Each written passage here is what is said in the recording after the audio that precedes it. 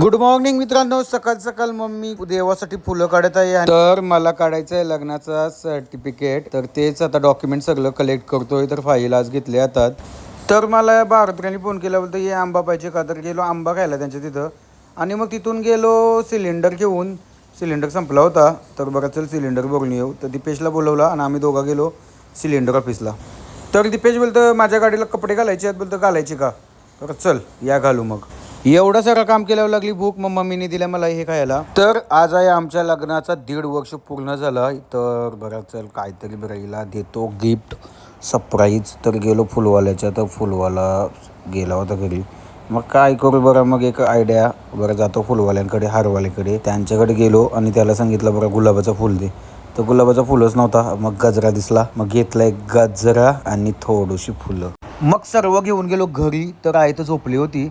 तर गेलो जवळ घेऊन दिला सर्व गजरा, फुल, हार आणि अजून एक फुल.